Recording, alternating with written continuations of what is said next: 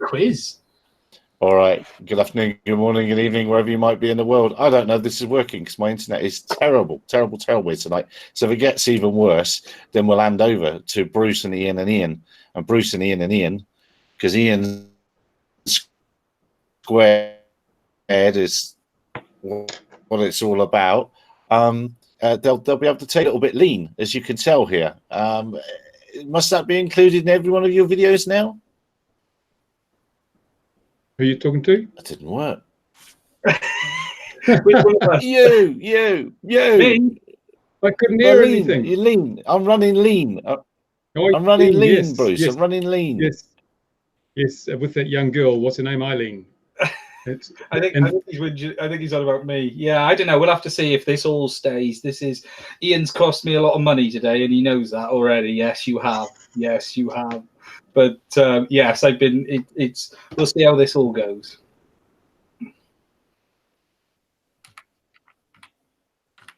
And well, I think what's probably going to. And Gary's frozen is, guys.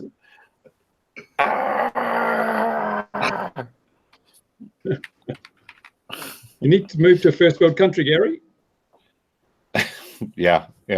Well, funny enough, if you can hear me, I've got to go and have my do my visa status tomorrow, so I might get moved by the government tomorrow. You never know.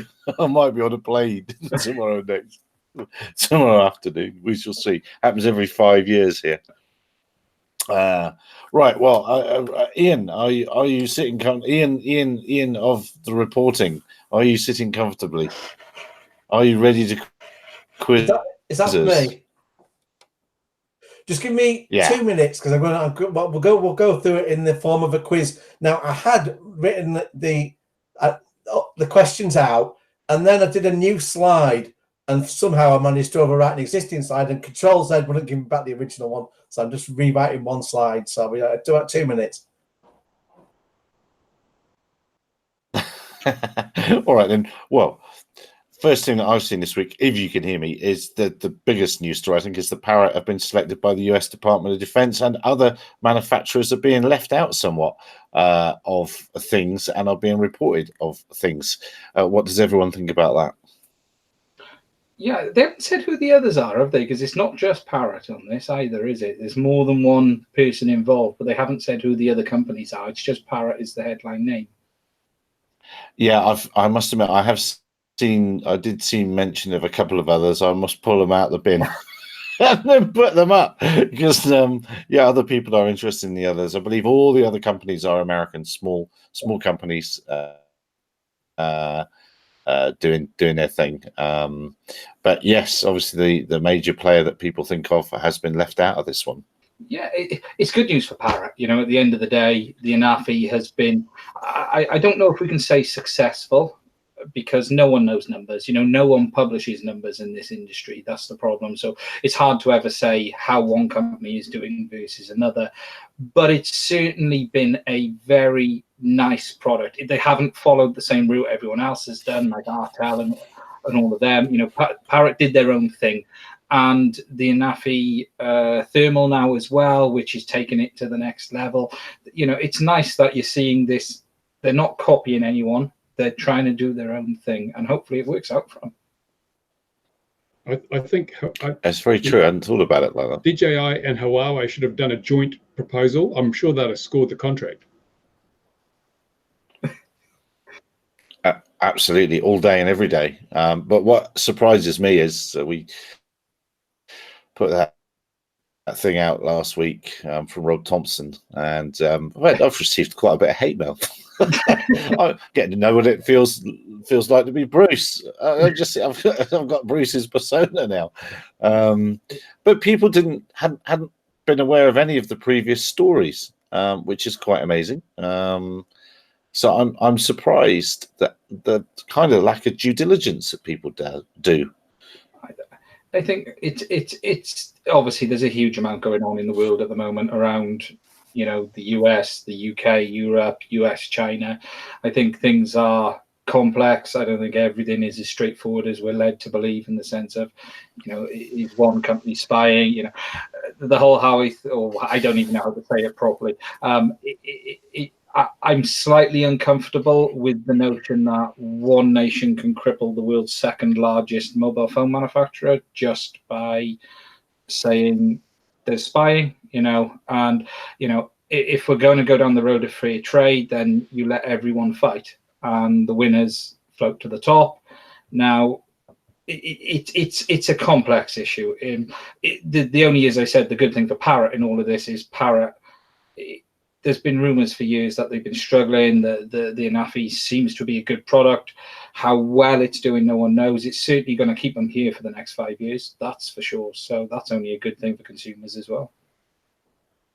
Yeah, I think the Anafi has pulled them out of the hole that they were in. I do think it is a tidy bit of kit, and that's helped them on the way up. And this will keep them going. But they do publish their numbers, and they are quite honest about what's going on, and opening and closing bits and stuff like that. I like them because do you remember the Bebop when that came out? They unveiled that at our silly little show in San Francisco. So that was a scoop for us ahead of AUVSI. So I've got, and they were, they bought the first with the AR. I've got to find. I don't even know where my AR drone is, but they bought the first semi-usable one to mass market, I suppose, many Christmases ago now, and that was a tidy bit of kit with a nice Linux computer on board. The Flying Wing, I'm surprised that hasn't done a lot better. I think do they still make those wings? I've not seen is it the Discovery, the Disco, the little, was it the Disco? I've not seen them. Yeah. But their bigger stuff is very good. I was at the UK Commercial Drone Show this year, and the stuff on the EB and all of them, that they're doing some really good work around that. I just don't think at times they don't seem to put everything together well. They own Parrot, they own Pix4D. I don't think they've capitalized on that. Let's push an entire single solution as one brand and say we can cope with everything from chucking it in the air to dealing with the data. And they do seem to be keeping their companies a little bit separate. And I'm not sure why they do that, actually. The commercial, the domestic, and the software side as well. No, the Pix4D is going to be the biggest money spinner for them. Yeah. Am I still here, or did I go? No, you're still there. You're still here. Okay. It's going to be the biggest money spinner for them, and I mean, it's everyone I know that does the job professionally uses Pix4D. They don't use anything else. No comment. Are you ready then, Ian? Are you ready to go? For the other Ian. How's it? How do you work at a desk that's so narrow? Well, it's an L-shaped desk, so it's two computers. I have an iMac there, which is what this one's on, and then I have this one here. But this is where I do my editing. This isn't. You editing like this, and on yes, it'll be easier when I get my new kit. It'll be fine. Okay, right. Yes. Let's see if I can share my screen. Oh, I think here we go. Can you all see that? Abbreviation was. Maybe he knows. I can't remember what it was now. That abbreviation was that we were talking. Nor can I. Was it IVM or something like that? IVF. It was. Well, yeah, anyway, no, go on. I think that was some sort of supposedly business acronym, maybe. So, but yeah, I can't find it on Google with it, so God knows. Right. So the context of this is obviously there's been quite a lot of debate on social media generally, on the BMFA pages and so on, about the new drone database and, you know, is it value for money? Isn't it? You know, there's people that say it's a government system. It's got to be wholly inefficient and just, you know, piss our money up against the wall. But no, it doesn't necessarily have to, and that's what we're going to prove. And I'm trying to think what the other argument is. You know, there's that one for starters that people keep bringing up, and that one does kind of irritate me because I think any cost that we're paying, it should be quantifiable. It should be reasonable. And I think if you're trying to get the drone community to want to be on the database, you have to have it at a reasonable charge. And I think really it should be carrot and stick, really. All we're getting is stick, and it should be, join the database and you'll get these certain extra freedoms for doing so, something like that. But anyway, that's not where we are. We're in the position where, we're told it's going to cost 2.8 million. And we'll discuss that as we go along with these slides. So this is the first slide. So I was wanting to put a bit of context because people mention the fishing license, which costs around about £30 per year. Now, we know there are very few drone prosecutions to actually go on to like the equivalent of the CPS. So like in England and Wales, I think it's less than 5, Scotland 0, Northern Ireland 0 for the previous year. Now, prior to that, obviously, there'll be police cautions and so on. So the numbers will be somewhat bigger than that. But obviously, it's nothing to the scale of any other criminal prosecution that takes place. So with all that in mind, consider for your £30 if you're fishing, how many people do you think get prosecuted for not having a fishing license each year? I'm going to say answer number B, 25. I think around 50. What's your best guess, Bruce? I've got no idea. Just guess. What's on the list? Look on the list. I reckon that's B, 25. 7. That's not even on the list. It's got to be 2. You can't. Right, I'll put it in misery. Go on, Ian. Well over 2,000. I've seen it as high as 2,800. Last year was around about 2,300.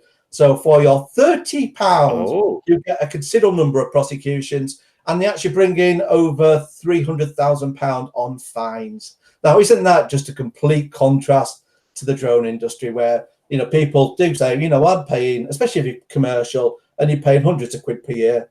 When you look at that, it doesn't look particularly great value for money in comparison. Now, obviously, there are more fishermen, so that makes a bigger fund, which has to be said as well.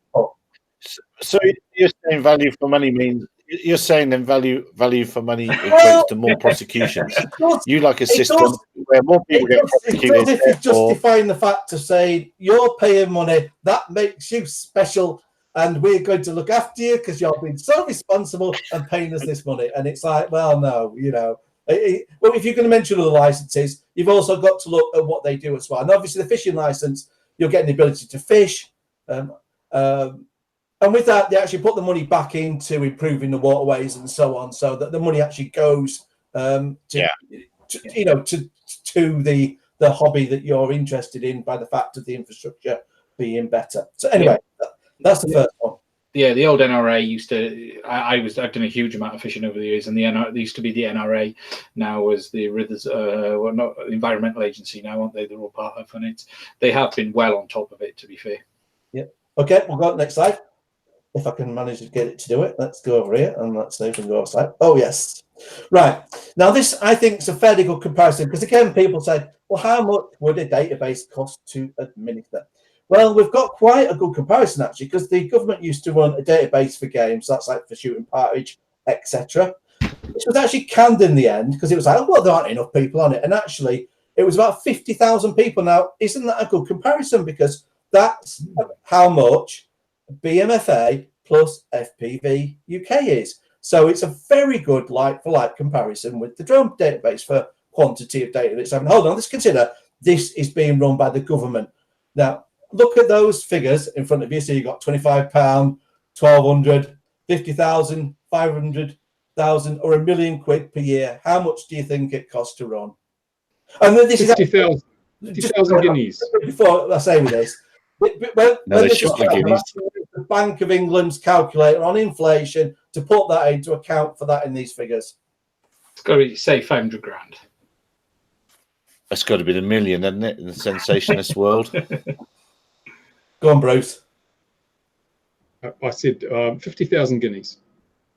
50,000 quid. Well, it actually came in at under 500,000. It was even off about, it should be around about 480. I have actually got freedom of information requesting to try and pin these figures down even closer. But yeah, so we had a system of a similar volume of drone users, database run by the government, all the government issues around security and so on. So people say, oh, well, anything that's secure has got to have an expense around it. Well, there you go. It could be done considerably cheaper. This is one of the things that gets me as well, because they said, well, £1 million of it is for interfacing with future systems like UTM. Now, if it's only interfacing you're paying for, it shouldn't be coming out at anywhere near that kind of money. I mean, I don't consider myself a coder myself, but I do know, you use a REST API that can expose all the data on your database. You use a thing called JSON packets typically these days. It was XML before. Now, I've coded an interface myself as a non-coder in a day. So I'm sorry, it isn't that complicated. So I don't understand where that cost come from. If you're in a program language, be it C, Java, Python, whatever, there are libraries out there already for doing APIs, obviously for doing all your databases and you're querying off that. So it's very simple these days to put a system together where it's a database and then it's exposing that data to web services. So yes, I'm still perplexed by the cost, even if you're putting bloat on. And I don't think at this stage we should have even put bloat on at the start. You should get people on the system at a reasonable price, and then you put your justifications in for the bells and whistles that you want to put on afterwards. But anyway, that's my rant. Next slide. Right.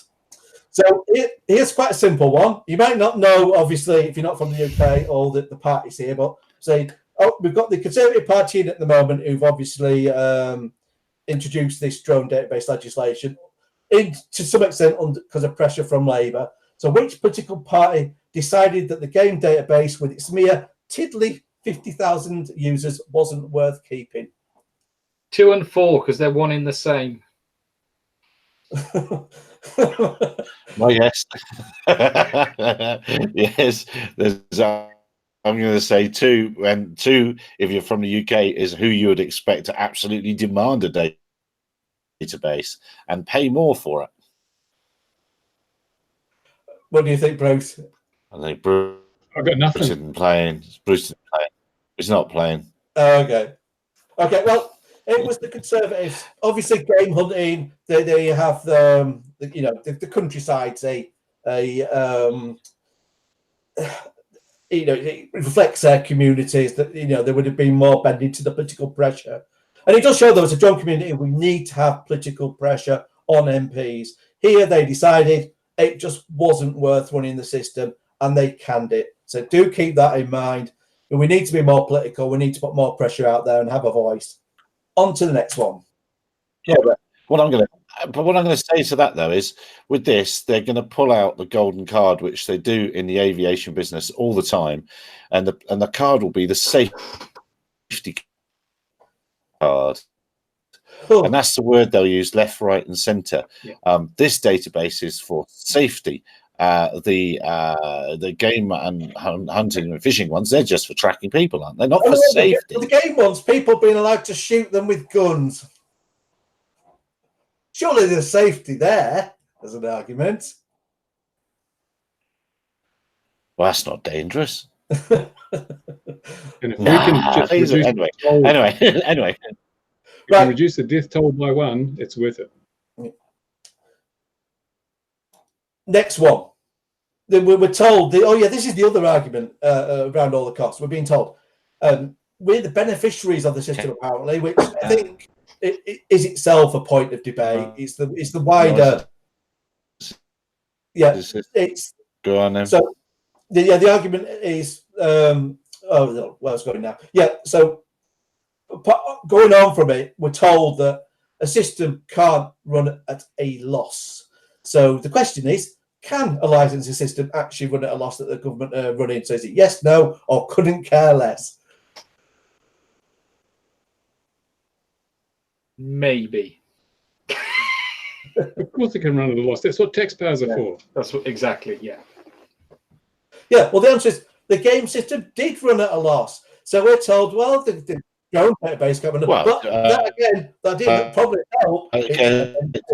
It's eventual. Define what a loss. Well, basically, it cost more to a minister than they actually got in income from the system, because they charged that I think it was around about 16 quid per license. You're breaking up a bit, Gary, at the minute.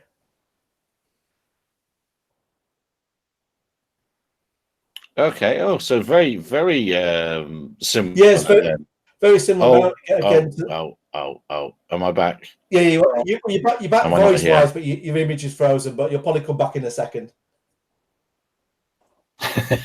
That's probably best to keep that way, maybe. Oh, it's dropped off. Oh, we've lost him.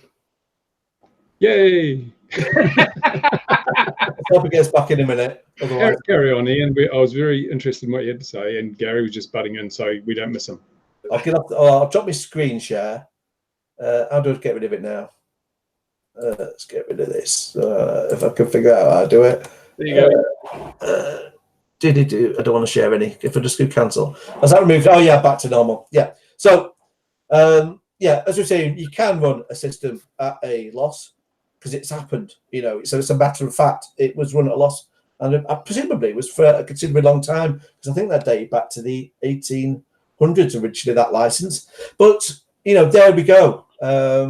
We can have systems, and we have our databases run considerably cheaper. So, I think people do have a genuine reason to gripe about it, moan about it, rant about it on social media. Why not? I think we've got a rough deal, as we know before in discussions. The very fact that it was all framed in the context of Gatwick. I mean, I think someone at the Department for Transport probably thought that was clever.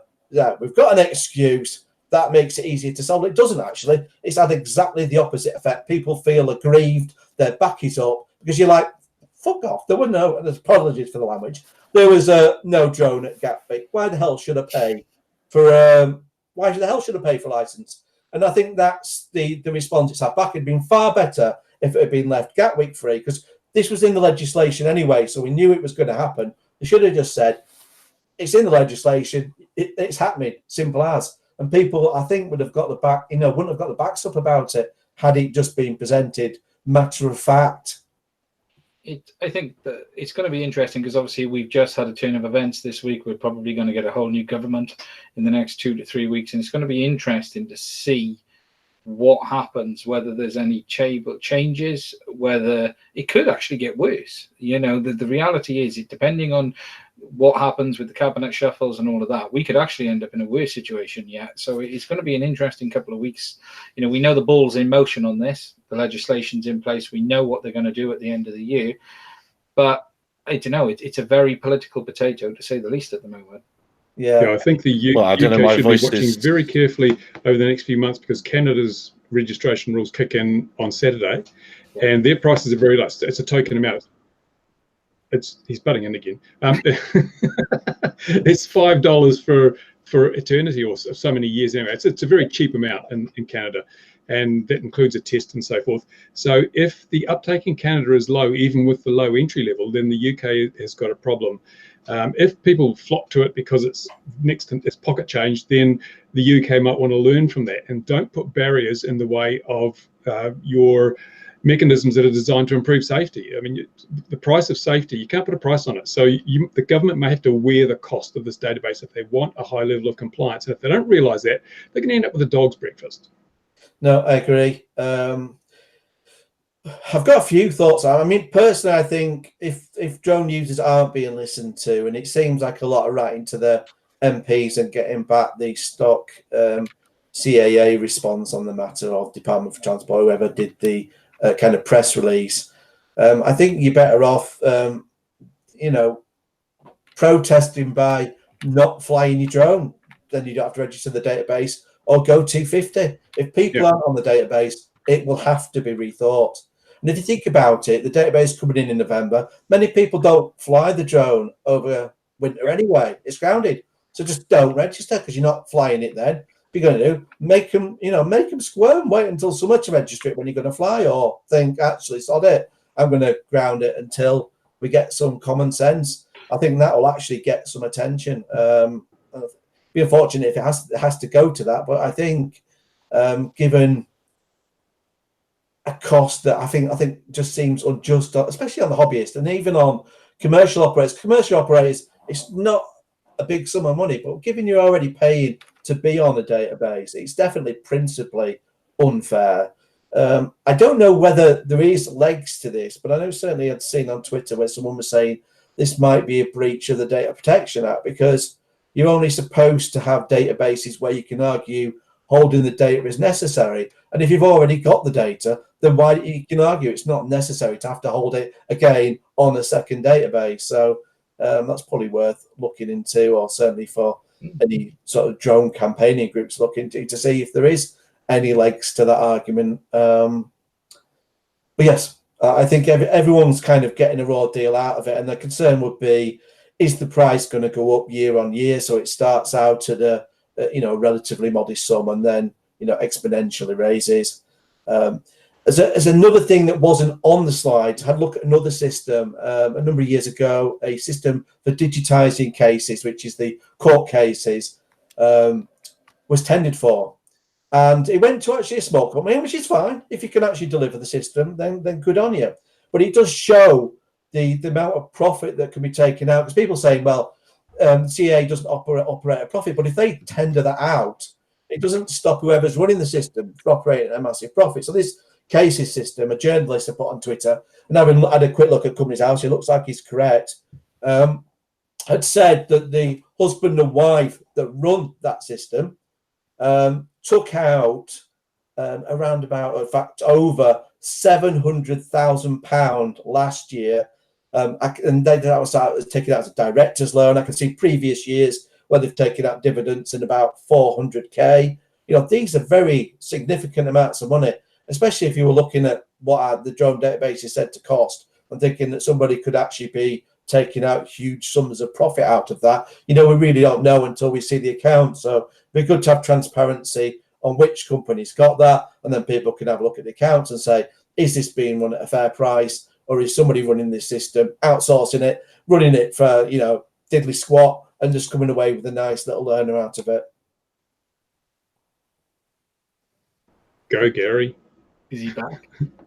It says IMV in the comments. I don't know what that means. Shall I try my voice? It's my voice. Oh, so IMV was the thing, was to see if Bruce knew what it meant. IMV. No. That apparently is the company that's got the gig. Apparently, allegedly. Yeah, because it had been said, and I don't think is Chris Grayling involved? Yeah, it had been said that it might have been Capita on a conversation on Facebook questioning this today, but I mean, if it was Capita, that would be very scary, because they don't take something unless there's profit in it, and a significant profit, and they've had quite a lot of controversy around them as well. So, but yeah, I mean, I think if you've heard something different, it probably is the case. So we'll just have to wait and see what comes out in the wash and who actually has got the contract. My contact is having a few sweet sherries with some dear friends, and so is not in a position to fill me in any further as to who exactly it was. But yeah, that means nothing to me. IMV, nothing at all. No, I've never heard of them. Well, I was going to butt in with something when you were talking, but I don't know. The internet is dreadful here. It's not even allowing butting in. So basically, you're saying for our £2.5 million, we're not 2.8, was it? We're not getting value for money. But that's predicted, isn't it? Are they actually going to get anywhere near that? Ian touched on something earlier. There's a lot of resentment in this. There's a lot of guys who've gone, I'm not doing it. There's quite a lot of guys who've gone, you know what? Find me. Come find me, first of all. You've got a lot of other guys who've gone, let's see what happens. As Ian said, you got the winter part that's going to kick in the UK. They could be at very scary low numbers on this within 3 or 4 months. And what would be interesting to know what's in that contract is this based on users? Is it based on, how are they paying for this? And, something on this could change very quickly if they don't get the numbers that they're anticipating as well, because we don't know what the deal has been on the contract, do we? Whether it's pay per user from the CAA's point of view, or is it a one-off setup? It'll be interesting to see what happens, because I honestly don't think they're going to get remotely near those numbers, not within 1,000 yards of it. I think you're right. And the problem they've got too is that the other countries have, like Canada has allowed an exemption for MAC members, the National Model Flying Body. Their members are exempt, and there's talk of in Australia there's going to be exemptions for people flying under the MAAA, but the UK's done nothing. So the model flying community is going, oh, blow that. Why are the other countries allowing their national model flying bodies to be exempted and we're not? So I think there'd be quite a bit of a rebound, sort of a knee-jerk, we're not going to do it from the actual traditional model flying community, who of course are not really part of the problem anyway. No, I mean, I do normally say I don't like the divide and conquer, and I don't like the model community saying we're model community, you're drone flyers. I genuinely feel it's a bit unfair, and it helps, but simply by dividing us, it does help us all get battered with legislation. But on this one, I'm totally of that view. I think it is grossly unfair. Something that is, an RC helicopter, you can definitely tell that is different from a drone. It's a bit difficult more with an aircraft because you say that's very close to fixed wing, but really very few people out of the drone community fly fixed wings. It's mainly the multicopter. So I think they have a genuine grievance. And really, the reality is the only reason they're in the legislation is because of their numbers, and they're essentially funding the system. If it was just the drone users, knowing that like FPV UK has got 5,000, they'll think, well, only 5,000 of your sort of multicopter and fixed wing people have felt the need to insure themselves. I mean, to be fair, there will be members within the BMFA's number, but I still suspect that the vast majority of that is conventional model flyers. And yeah, they're purely there to be paying for this system to exist. Without their numbers, it couldn't exist. Well, what to say? It's just such a disappointment, isn't it? Is the bottom line, I suppose. And yes, I feel very sorry for the modelling community and all the youngsters. Is it still got to be 18? Is it unless you're supervised? Something like that, isn't it? Yeah, that's not good. You can't own a drone or a model aircraft if you are under 18. That has to be owned by the operator, who has to be 18 or over. Oh God, really? You can't give a kid a drone for Christmas if it's over 250 grams? Ridiculous. Absolutely. The numbers, as Anthony Ashton says in the comments, the numbers are way off, and the numbers were extrapolated from the FAA numbers, which came out just before this announce, and now very busily being taken apart and undone as being way too over optimistic. Funny old thing. But it suited a message at the time, because they were just coming out. Was it Chow? She was just coming out with something in America. I can't remember what it was now. And these are the numbers. This is what they get through. And now afterwards, it's all being unpacked as well. Actually, that might have been a bit generous, but it suited the press coverage at the time. And unfortunately, we seem to these same thing again, I suppose, in a different way. In justifying their database. And the BMFA member flying his Tundra at Gatwick, was he actually a BMFA member? Do we know that? No. He was he? Yeah. I tell you what's going to be. I don't know that we know that he was a BMFA member, but we do know that he was. Go ahead, Ian. I was going to say, what would be interesting is to see how much Captain America, Ian, they spend on advertising this when it comes to the end of the year, because at the end of the day, when it comes in, nothing's going to change unless people are told about it. Now, we know about it, the general AV hobby, the guys who are on Facebook and the groups know about it, but the reality is we're a small corner of the amount of drones that are out there. And what's going to be very interesting is how much weight and financial weight. They're going to have to put financial weight behind it, because television advertising isn't free. Are we going to be seeing ads running on the telly? Are we going to be seeing ads popping up on Facebook, websites?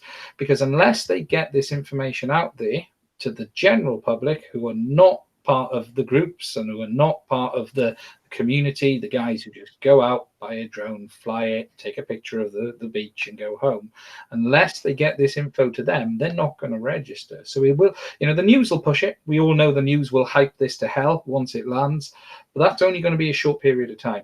And it's going to be interesting to see how much money they spend. It's going to be landing at Brexit o'clock, isn't it? Yeah. November. It will have just kicked off whatever's happened, so it'll be completely obscured. A bit like, the Gatwick stuff. I think they would have quietly let the real story out if Brexit had happened at the expected time, and they're just letting that burble on. But that's a conspiracy theory, and you can't see the tinfoil hat I've got on now. But do you think that there is a clever plan afoot here? Ignorance is no defense of the law. And Absolutely. So if you can't afford to fund the database because you know you're not going to get the people, you don't advertise it. And then you have a 3-month campaign of going and pinging everyone you can who's flying a drone and hitting them with a £500 fine, and that then helps pay for the database, and it also provides that kick in the pants to get people registering. I mean, I wouldn't put it past politicians or bureaucrats to have this idea behind them when they go out and do it. It's cheaper, it's more effective. Hey, problem solved. And that's how we can beat the database, by all grounding our drones for a few months in protest. But Ian tipped to the fishing thing earlier, and I was a massive fisherman for a long time, and it's easy because fishermen go to a pond. Most rod licenses are for ponds. Fishermen go to a pond. The NRA walk around and do people. It's nice and easy. The problem with drones is, unless you're going to see the guy doing it, it's not going to be as easy to enforce as they really think. If they think they're just going to hop along and grab 5 people a day, it's not going to happen. It's not often you see a drone in a public park with lots of people around. Most guys fly in obscure areas. That's the reality. But that's why the BMFA is so valuable to our campaign, because they're all in a field with a nice car park and everything. So we can go round to that pond, the BMFA pond, and have a look. And never underestimate the number of people who, a drone, call the police, every time they see one anywhere. So it will be, I don't think people call the police or the NRA when they see a fisherman by a pond, but if they see someone with a drone, they've seen the news, they're going to get straight on the line because they're spying on them. Oh, 2EE says BJSS got the GID for database discovery phase. Searching for drone on .government marketplace gives no other hits. Where did they put the tender ? And BMFA News Magazine says, BMFA said he was a member. Oh, okay, Wavy Davy, thanks. Maybe Peter Jones. They're going to repurpose TV detector vans. Excellent. But I tell you what, I mean, if the pay's good, I'll go around and be the drone cop. That would be great. I really enjoy that. Or not. Who is going to police this? The police haven't got time to turn up to real crimes, let alone a guy with a drone. So they're not going to want to be pitching up every 5 minutes to every complaint. And by the time they do turn up, it'll be 5 hours later, 2 days later. So he's going to be long gone. I suppose it's traffic wardens, isn't it? I suppose, Ian. There's a lot of money to be made potentially. Yeah, when you think about it, I mean, I do wonder even if there are that many. So go on, Gary. I don't. You still there? If I'm here. But here, if you ever come on, I'm here. Yeah. Can you hear me over? Yeah, go for it. You guys keep chatting. It's too broken at the moment. I'll try and come back with this when I think I've got a bit better signal. Get a dial-up connection. It'll work better. Well, you've got to plant the poles first. I was going to chip in with wondering if the drone numbers are anywhere big as people think they are anyway. Because the thing you have with drones is if they're a technology that's relevant for a relatively short period of time. I mean, DJI for a while was almost outdating its stuff every year. Much like with your cameras. Once it's an older sensor, you don't fly it anymore. So I think when they look at the sales for drones, it's often people have got 2 or 3 drones, and the older one will get used for a while. Eventually, it's going to end up in the bin. Because I think about it every day. You know, obviously I'm into drones, and I've only seen drones flying about on a handful of occasions. You know, the old time I was saying is I'm going to mates, and we've already arranged to be flying them. And the only real time I've seen, you know, I've seen one or two, you know, clearly a bit naughty drone flying, like in city centre events. But it's literally, I think, about two in the time I've been into the hobby, which is, you know, over 5 years. And I think the only other time I said drone flying was at Hebden Bridge when there was the floods. So, you know, you go every day, you know, we go about our lives and very rarely see drones flying. So you need to spend more time at Gatwick, man. That's where they all are. Yeah, just flying around Gatwick. But you're right, Ian. There is the closest analogy to drones has been skateboards. You know, the whole sort of evolution of drones and skateboards are good parallels there. But I see a damn sight more skateboards today than I see drones. But we don't have skateboard registration. More people are injured with skateboards. Skateboards pose a bigger threat to the public safety, but we don't have any of this thing going on for skateboards. Skateboards can affect pedestrians and motor vehicles on the road, so they are a threat to other users of the spaces in which they operate. But there's no registration requirements. There's no compulsory insurance. There's none of this sort of stuff going on in the skateboard community. And I am in an area where I think I've seen 2 drones that haven't been flown by myself or people I know in this area in the last 5 years. So I think that those numbers are grossly overstated. But what we should be saying is, if you really think there are 170,000 people with drones and you're going to tax them, where's the representation for those people? Because at the moment, it's only small, highly funded commercial entities that are having any say on how these regulations are formed. They are in the extreme minority. Where's the majority get their say about what the drone regulation should do? It's the same all over the world. In the USA, the Drone Advisory Council is loaded with commercial, you know, companies that have commercial interest in the space. 1 chair for the AMA. In New Zealand, the drone advisory people, it's loaded with commercial operators. 1 voice for the hobby. The hobby represents the massive majority of activity, but we get 1 voice versus the commercial operators, which are maybe 10%, and they get 90% of the voice. You can't have taxation without representation, and that's what the UK is trying to do through their drone registration fee. Yeah, I think more so, because I know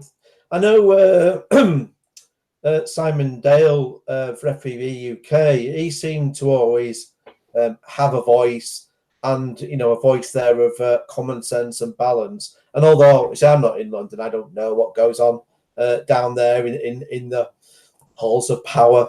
But I hear from looking on, you know, social media and things that are posted, and it sounds like he's been sidelined. I think he must have been in the BMFA for the fact that it's got this far, and you know, before, and for the very fact that they've been you know, shouting about the issue publicly, where it's not something, I'm sure that would be the last thing they'd ever want to do.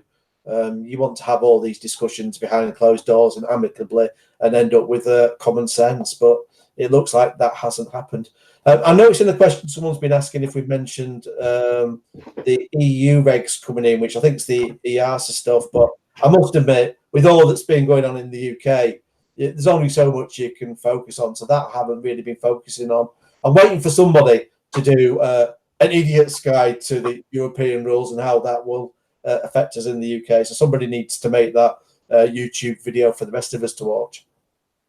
Yeah, I haven't looked either, actually. It's on my to-do list. It's as you say, it's been quite a busy week or two and other stuff, and it's on my to-do list to have a look at that.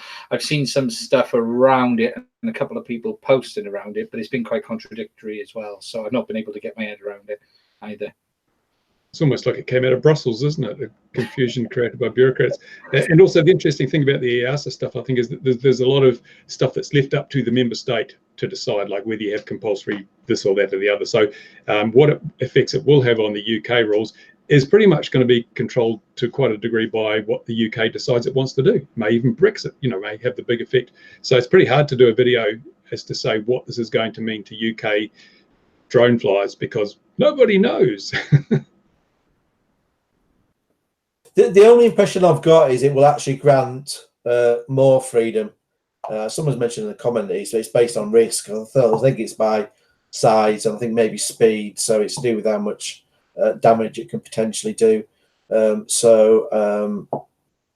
it may well be actually a positive outcome and more flexibility for people. But yeah, time will tell. It is, but I think a lot of it's based on energy levels, like so many joules, 60 or 80 joules and so forth. But I mean, how's PC Plod going to cope with that? It's just, they'll simplify the hell out of it to make it easy to enforce. It could be money in making a jump on the same database. Yes, or there could be money in making a database. A set of scales that tells you how dangerous the drone is based on weight. But it's also speed. It's energy, so it's speed and weight factors. So you can have a very heavy drone that moves at a snail's pace, and that's just as safe as a small drone that moves really fast. So yeah, it is. It's scientifically, it's a fantastic way to do it. Practically, I don't think, because for example, if you have a drone, if they weigh it, you need to know how fast it can fly and how fast it was flying to determine whether it fell into one category or another category. So that becomes a bit problematic for PC Plod and his limited ability to cope with these things. He hasn't got a book he can refer to. There's no lookup table. He's going to be a bit stuck. You need a radar as well as a scale. The bit that concerned me was the CE regs from the, and I don't really know how that will work. In that, I have the impression that if you're a self builder, even if your parts were all CE, there would still be some certification for your build altogether. And I think if that's going to become an expensive red tape process, you'd effectively kill off self builds, which I think would be a very bad thing, because we need to have the open source. And I guess I mean, even your racing drones, that would surely capture some of those, because there's quite a few that are still over 250, not much over, but the moment you're over. So. And that could also fall into the fixed wing guys and everyone else as well, because at the end of the day, pretty much everything everyone's doing is self build. It's very okay. Yes, there's the RTF for the quick flying, but that could hit 80-90% of the BMFA crowd as well if they're going to put them all into the one classification and turn around and say, actually, you've got to have this checked first. You can get those CE stickers from Banggood. Yeah. That was from Thales. I don't know if my voice is back in there. That was very much a Thales wish list thing. That was to get rid of home builds, and that's what worries me the most about the EU stuff. Yeah. Is who's in the room making these up, and it's big business. That's a lot of it in the background, and that's a big worry. But as I said earlier, if it is going EU regs, and surely you all only need to be on one database. That would be the EU database. So will that be a further charge, or should we just? Isn't it free in France? Shouldn't you just sign up in France? I think it is. It is free. I mean that's the issue people have made as well. Is that compared to the rest of Europe, the UK is getting a raw deal. And Jeffrey Smith saying commercial does not matter for EU regs. The world I've sort of left a few years ago, the ballooning world is exactly the same. Hot air ballooning. The UK had very good regulations for that, some of the strictest in the world. And because it's now fallen in line with the EASA, they're all falling away. you don't have to jump through as many hoops as you had to 10, 20 years ago. So if it's like for like was what's happening with the ballooning world, yeah, it'll all fall away in the commercial world as well. Yeah. Commercial drone world. Yeah, there's been a bit going on with that this week as well. I know there was a big meeting, wasn't there, of all of the QEs in the UK this week, which they've all, was it this week or last week? They've all got together around that. But that was really for the licensing more than anything. I think there's some changes coming on that as well. But yeah, the problem is there's so much stuff pouring into the cup from every angle at the moment. It's almost impossible to figure out where it's going to stop and where we're going to end up being. That's the problem. Yeah, it'll be very, very. Yeah, we do need Jeffrey. Everybody knows it. Jeffrey, you can come and be the man. In fact, I'll send you an email now. You can tell us all about it, and you could be another face rather than just a voice. Yeah, I do worry about who is sitting on that committee, on those committees at EASA. It is very much the old guard, the Thales crowd.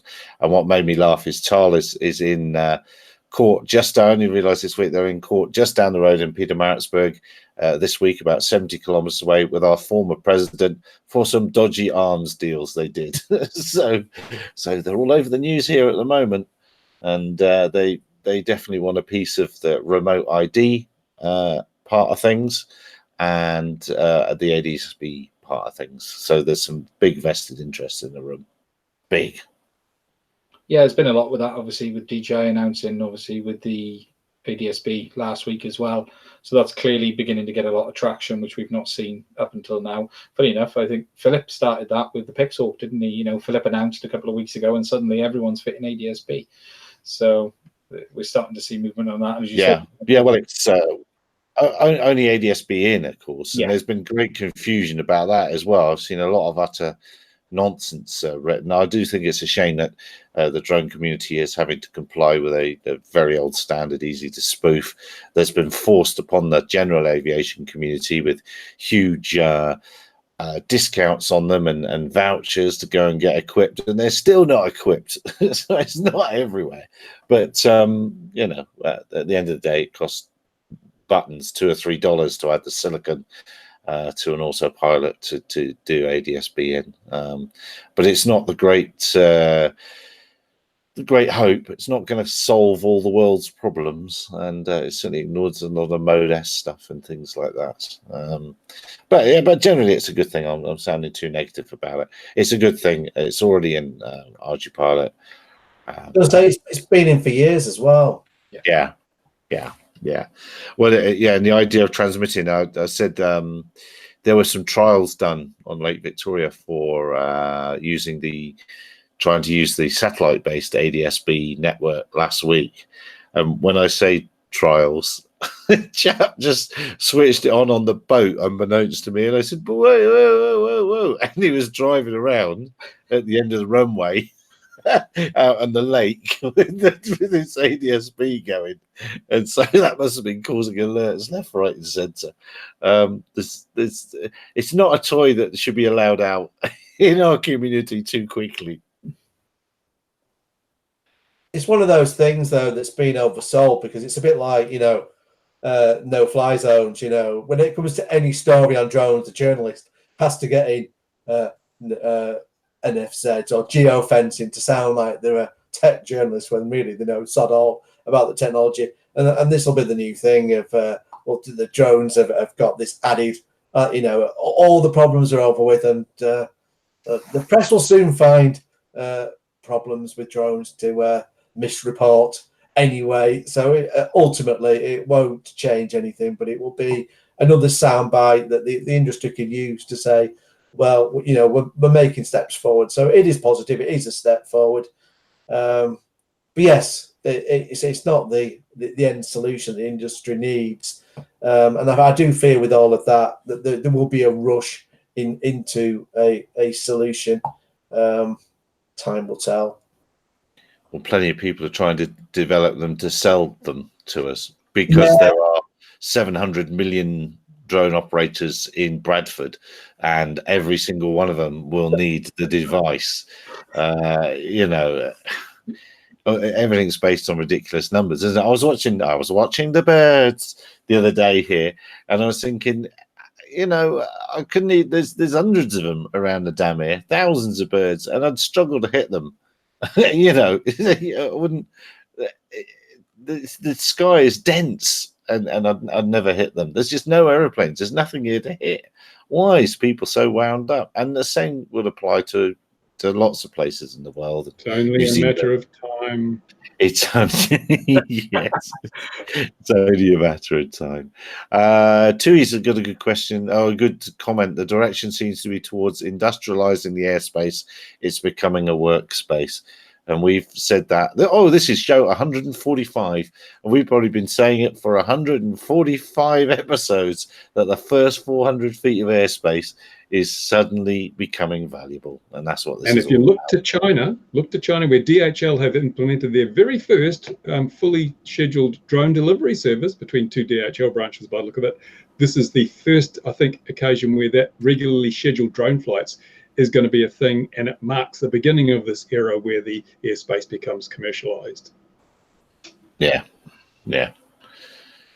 It's the whole UAM business is. I didn't realise that UAM included urban air mobility, included deliveries in cities. I didn't know that, but I know that now. I always thought that was just drone delivery. But yeah, those people are clamouring and desperate for that first 400 feet. What's to say? And did we see that Ford bought out the van with a robot to then walk to your door? On that subject, there's a new Terminator movie in the wings. Comes out in November. Yes. It's one of those where from the trailer you can't tell if it's going to be good or bad. There's enough there to give Terminator fans a hope that it will be. Because it really, what it's doing is it's following on from the second one. So really what they're doing is they're erasing the slightly naff ones that came out and said, this is a continuation. So it might be good. The CG irks me a little bit in that the robots is like the one from the previous Terminator, but the effects are done a lot more faster. And I thought, well, I'd have preferred they just kept a bit of the original feel. So it felt like it was a step on where it's a bit more of a leap. But positive. I have to admit, I was actually disappointed by the CGI because there was nothing new. It was like just a rehash. Most of the Terminator movies had something new, like they had the liquid metal guy. That was something really new and breakthrough. And they had like the actual original Terminator. But there's nothing I just saw in there. It reminded me of the Matrix, actually, that scene on the motorway. There was nothing really kind of blew my mind. I thought,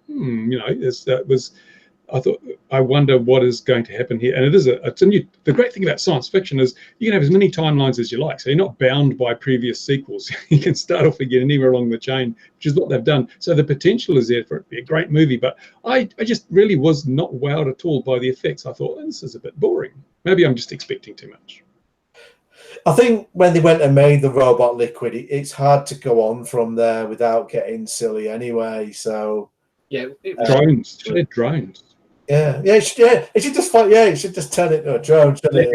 It'll be interesting to see how much drones they do put in it, actually, because it is the big thing, and you've seen it in movies and various things now. It'll be interesting to see if they do go down that angle of robot aircraft more than they have, because they did in, was it Rise of the Machines? They had the flying ones. Yes, they did. Yeah, the very first original Terminator had. That's right. On the scenes in the future, had some flying. Yeah, he was predicting it already. Speaking of it, there's been quite a bit of drones, quite a few drones in movies. I watched a movie, The Circle. I don't know if you've seen that. It's got that girl out of Harry Potter in it, and it was a analog of Google and the big campus and things. And they had drones flying around there, just sort of autonomously and things. So yeah, people are using drones in futuristic movies quite a bit now. What was the other one I saw? Was it Black Mirror? Something else? Some of those where they've had drones flying around, and yeah, it's becoming a thing in the movie industry.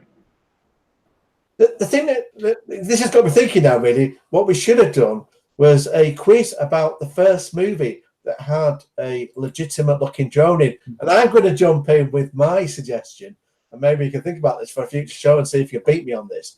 But I'm going to say, and this is actually down to Michael Crichton, who did, I think he wrote Jurassic Park and stuff. He seemed to be really ahead of his timings predictions. But there's a film, Runaway, 1984, with Tom Selleck.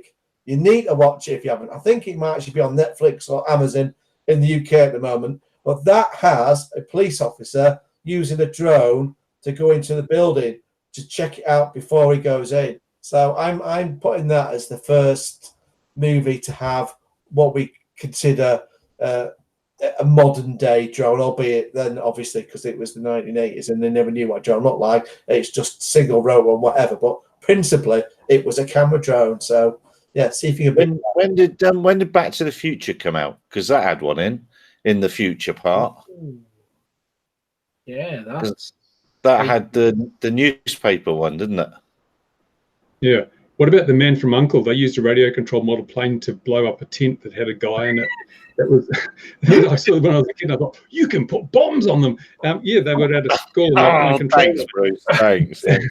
Flying control line planes, and then this guy up on a hill has this model. And he starts up and throws it. And it flies all the way down the hill into the tent and blows up and kills the other guy. After not a drone, so I'm discounting that one.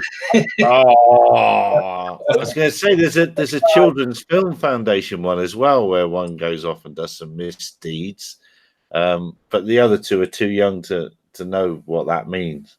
And then we have two and the V1. Well, yes, they would have been in plenty of movies. Plenty of movies. Those have been in. Yeah, that's probably a winner. Something with one of those in. Anyway, see, we're reminiscing. The film that I want to say next is the $1 Million Man remake, which is because of inflation, they've had to call it the $1 Billion Man, even though that overinflates its cost. And I want to see what they do about the running effect, because back then they'd slow it down and do the music. But what they're going to do now, they're going to do CG and make him really fast, or they're going to have to do the slow down thing, because anyone that remembers it would remember that. But it was $6 million Man. That's what I meant, $6 million. So it's $6 million. Yeah, sorry. That's me going wrong. They can rebuild him. Victor says that walking robot came out of research here at Oregon State. Look, it was a very nice looking robot, but I don't understand. Oh, there's a Wikipedia entry that lists films with drones. Are you mad? Oh, hello. Surely not. So that Ford robot, did it blink its lights to signal its, whatever, like they got that patent for it, so they can identify itself? But doesn't this speak to delivery drones and nonsense of having a CD to your home as well? Why on earth do you need something that walks out to carry something from the back of a van to your front door? Why didn't the bloke just reverse up the driveway? He would have been right there. What don't they do with the Amazon delivery drivers do now? Just throw it from the side of the road. Yeah, he's got more power. You can cut it through the window. Yeah, well, that's it. A parcel isn't truly delivered unless it comes damaged, is it? So I mean, just throw it out the back of the van. That's what Parcel Force do now. Yeah, so yes, that's right. In fact, you don't need a robot. You just need an eject mechanism for that. Was it a Boston Dynamics robot? Because I missed this, so I didn't see it. Was it one of theirs, and Ford have just stuck a Ford badge on the front of it, or was it something they've developed in house? No, Victor says it came from Oregon State University. So I don't, yeah, I mean, if Victor's still there, he might pop in and say what it was. But I mean, look, it was a very tidy looking thing. There's no doubt about that. And Ford's share price actually went up on the basis of that video. So if nothing else happened, that worked for a moment. Talk about power of advertising. It's a short list. Oh, hang on. The link should come up. Look at that. There's a lot of sad people in this world, isn't there? And most of them are in. Wizard of Oz. It looks like a win because I can't see 1984 in there in this. No. It's incomplete. Ian, you need to add an entry. Yeah, you can add an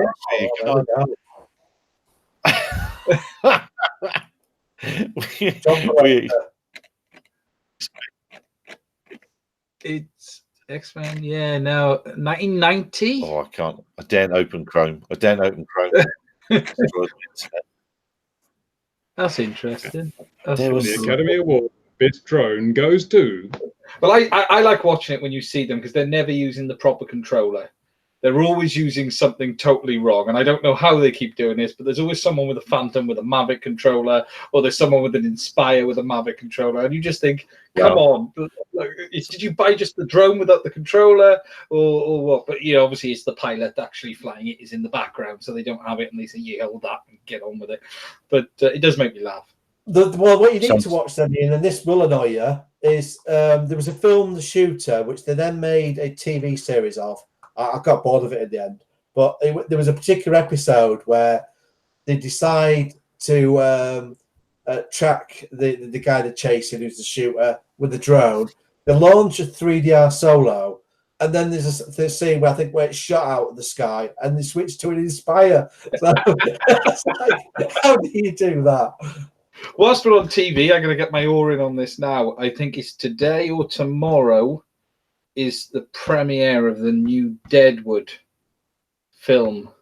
If anyone ever saw Deadwood, the TV series originally, not remotely relating to drones with Ian McShane, Deadwood this week. That's just me then. But yes, it's back. So where's that on? Is that Netflix or BBC? It's going to be on one of them. I'm not sure which one is coming to in the UK, but it is tonight. I think it is in the US. Right. Okay. Fantastic series. I used to like Torchwood. Torchwood was good. Yeah, well, I suppose we should talk back about drones, really, shouldn't we? we should really. So, what did anyone else see? Anything else this week that they wanted to talk about? Going on. A Piper PA-28 almost got hit by a Spitfire, but there doesn't seem to be much hue and cry about that as there is about drones being seen from aircraft. That was in the UK, I think. And a A380 got its windscreen smashed to pieces by hailstones. Again, like a really quite a dangerous event, and it gets a tiny headline, but if it had been a drone, you can imagine what would have happened. And the thing is that these near misses or mid-air collisions between manned aircraft and the damage caused by natural forces such as birds and hailstones are far more common events than anything to do with drones, but drones get all the bad press. So, really, it's just more of the same, isn't it? We're evil. That's the problem. Well, is the case that we're not going to just be prepared when common sense finally prevails to push to undo all the crazy regulations that have been thrown at us? Be ready to undo it all. Yeah, I think that's all we can do, isn't it? Is wait to see the reality. Eventually, reality has to set in.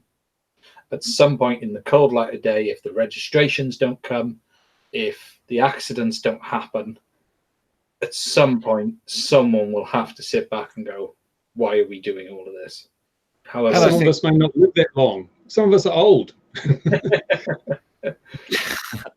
No, it won't be that long. Look, with Ford demoing its autonomous vehicle, Renault did one this week. I think Fiat are in bed with like an American company and various others now, I think. But they've also got one on the cards, and it's going to be autonomous vans. We know that. We all know that. We all know that. We're sensible people. It's not going to be dropped out the sky. So that's going to come first, and that'll make a lot of these issues go away when they're on every street. I'm not so sure about that in the short term, because we've also got the whole issues of privacy and all these things which are not associated with other technologies. And so the public think we're all spying on them, and therefore that makes it difficult to overcome that. Even if the safety aspect is completely mitigated, you've got the privacy issue, you've got these other issues, the noise issue. There's all sorts of things. People are looking for an excuse to be outraged, and drones give them a damn good one because there's so many aspects to the whole thing. So that's kind of a concern. So I don't know what we're going to do about that. By the way, get your T-shirt now. It says model aviation is not a crime. You need to be very public about all this. I need to get a new T-shirt, don't I? Yeah. Yeah, it's something I saw this week, and Ian has probably seen the same thing. As I mentioned earlier, all the NQEs were down at the CAA last week. We're still waiting on CAP 722 to be updated, nearly 6-7 months since they said stuff is going to happen. Allegedly, it's going to be in 2 halves now. Not sure why it's going to take 2 halves. Perhaps larger. Perhaps they're separating off the stuff that requires licensing, the big aircraft. There's a lot of talk of more changes coming. There was talk of weight classes changing. I don't know how accurate that is. Ian, did you see it as well? I've only seen bits and pieces, and funnily enough, seen contradictions as well, because there was comments with ones. Yeah, I remember. I don't know if this would have been the same meeting or a previous one with like a police drone teams. The one saying they thought the CAA were going to do a U-turn on the database for commercial operators, and another one saying no, they said the opposite of that. And then there was the point about being charged if you submit in your ops manual and there's a mistake in it, but it sounded like rather than just we'll charge you if there's a mistake, they said it'd have to be 3. We're waiting for this to be confirmed, but it said it'd have to be 3 safety related issues. So it sounds like it's trying to be a bit of a compromise, because it's almost impossible to submit an ops manual without being. I know people have even paid for the ops manual services, and they've still had a return back, because with terminology keep being changed and the law moving continually, it's difficult to get everything absolutely spot on. So I'm hoping that does turn out to be the case where there's common sense applied to it, because that really will get people's backs up if it's, you know, you're paying your charge or double your charge because you've got something that's a trivial issue being returned. I got a message from the CAA, as a lot of commercial pilots did. They're going to charge now, if you when you reapply for your licenses and all that, they're going to charge 85. If you submit a bit of wrong paperwork for it, it's going to be 85 quid for the pilots to have to resubmit it as well. So they're obviously getting a bit handy with their charges wherever they can now. Yeah, the other one, there was talk about the weight classes changing. You know, my ops manual is due to go in. To be honest, it should have gone in by now. It's due at the end of June. I need to get off my bum and finish it. And there's been loads of contradiction about how much they want from the A&O, whether you can reference it, whether they want the full documentation.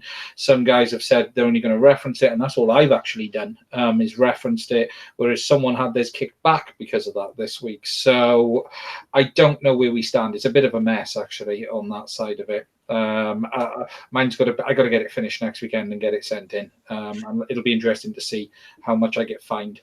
Yeah, I mean, that's one of the things that's a headache, because you're getting inconsistencies. Because I've heard exactly of that situation where people referencing it, people pasting the entire thing in. To me, to be pasting an entire bit of legislation into your document seems crazy. You should just be able my God, is that what they're doing now? Someone has been told they didn't put enough in and they wanted them to virtually paste the whole lot. Yeah, and that's what the ops manual people are doing when you pay for their services, is a pay just to be on the safe side of it not getting rejected, is paste the whole lot. That's ridiculous. It always used just to be apparently you just say reference A&O, whatever, AIP, whatever. That's ridiculous. What does that show? That shows you've read it, I suppose. Well, it doesn't. It shows you. Do you know? It reminds me. Pull up a sandbag. You better hope that my sound disappears now. In Kenya, after 9/11, the two things they wanted us to do for the balloons there. One was put in a scanner, a person scanner, to walk through as they got on, and we had to point out there was no power at the launch site. But then they made us. Put our instructions and make them multilingual safety instructions for the thing. So what happened was we took the instructions for a VCR, and each little paragraph in each different language we pasted underneath a diagram, and told the man from the Civil Aviation Authority that was each relevant language: Chinese, Japanese. It was all there. We'd done our research. So it just, that's bureaucracy gone mad. But that's, you expect that in Africa. You'd think it'd be a bit more. You'd think it would all be digital and sorted in the UK. It'd be a whole very flash and wonderful thing. I'm amazed. I mean, I'm seeing lots of people saying they're going to give up because of all these changes. They're not going to bother renewing. There's not enough enforcement.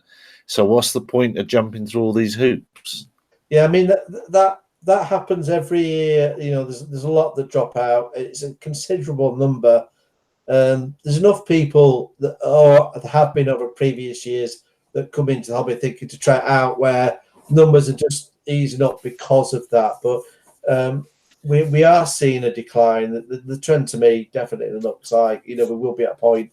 I'm originally predicting next year, and some still think I'm good for that. That we'll see the first genuine decline in numbers. I think it's almost inevitable as well, with more legislation and complexity. The more red tape, the more cost you put around anything, the less attractive it is. Some people will celebrate that and say it's a good thing. I don't think it is really. Just from the viewpoint, the trouble is, the market isn't as big as everyone believes it is. So there is saturation. I mean, I know, like in my city, for example, there'd be no point be doing it full time and wanting to be doing commercial operation, because there's so many local operators, and so I'll refer stuff on instead, because there's people out there that've got the OSC, so I think can be within 10 meters away from buildings and so on. So if you want that, there's people with those skills. If you want a cheaper service for someone that can take out a Mavic and get you a simplified roof inspection, or just some estate agent photographs. There's people that cover that. So, and there's people on the video end with video companies already, where it's an additional service. So it's all catered for, the mapping and everything. There's enough people locally with the full range of skills, and that's the case throughout the UK. And there's also the north-south divide, in that work up north, you will get less money for doing the same job as you could down south. And so I think probably we have reached a natural point anyway. But I do think it's disappointing that you have people that are brought in to the industry thinking, I can actually make even just a living on the side, where really they're never going to have the opportunity. So they're going to go through, they're going to do the training, they're ultimately going to be disappointed, and they're not going to renew the year afterwards. So it's kind of a mixed up, it just isn't what the Price Waterhouse Coopers report said the drone industry was going to be, and how much money it's going to make. It's we're still a long way away from that. I mean, there are some good. I mean, really, what we need is some more killer use cases, and I think all that's some years away.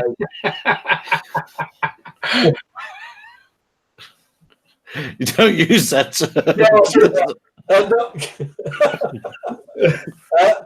Well, you know what I mean. So some new groundbreaking use cases.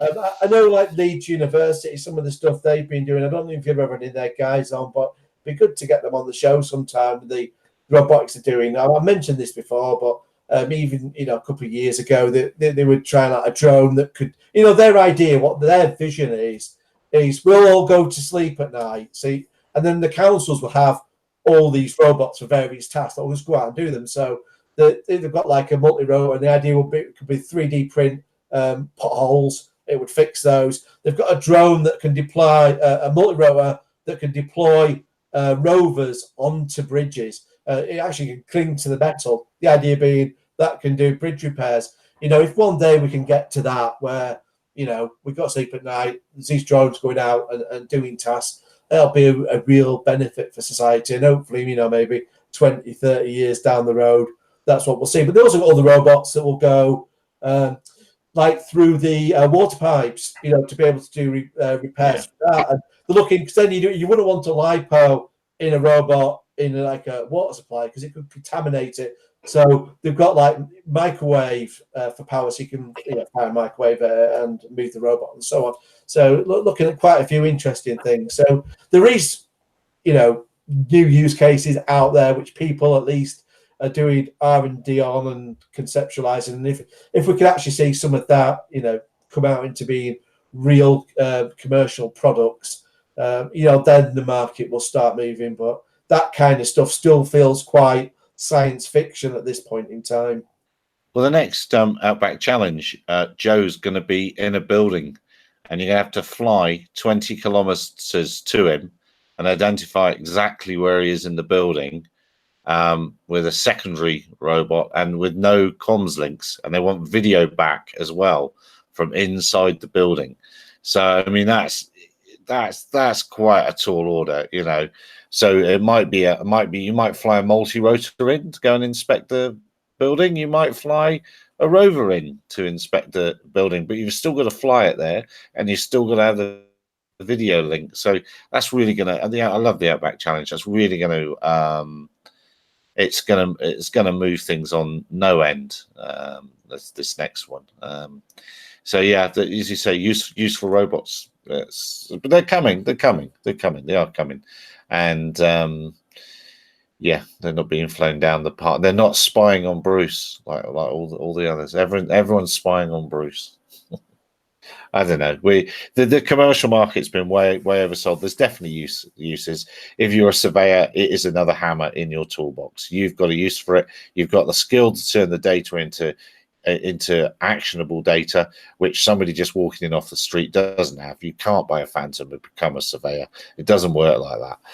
It doesn't work like that at all. Drone operators will be as to hammer operators in the future. Yeah. And drones in the box are coming. There was 16 million invested in a company this week. They're coming fast. They'll go out and do the inspection task without any operator. Amazon and Co are pushing at the moment for 10 drones per operator as their starting requirement. Obviously no need for the pilots there. There's stuff going on in this brave new world. I mean, it would be good to see.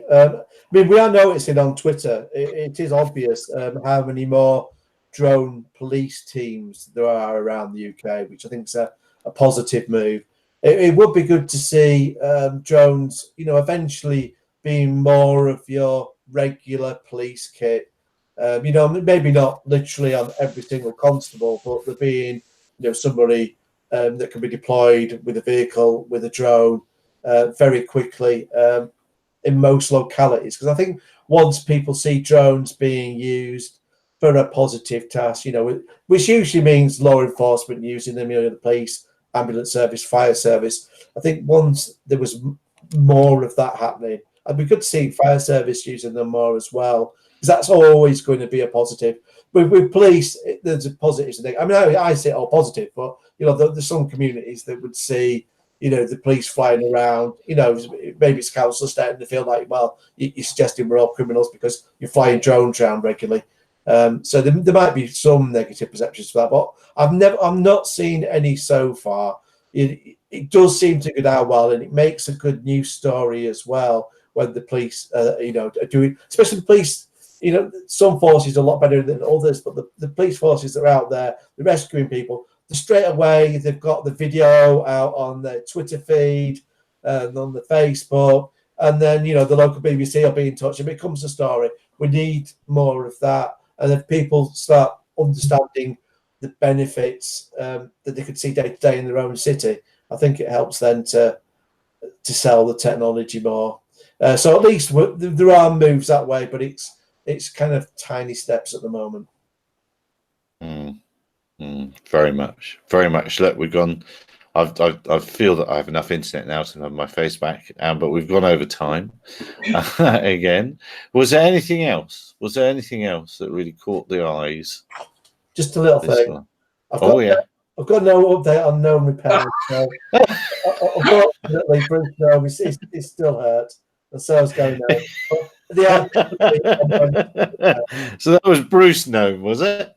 Yeah, so you're going to see the gnomes eventually repaired in the garden, having some fun, hopefully with some sort of a multicopter there, giving them some pleasure. Hold on a minute. What are you doing? Pleasuring Bruce. If you put him outside in the sun and he casts a shadow, does he become a gnomon?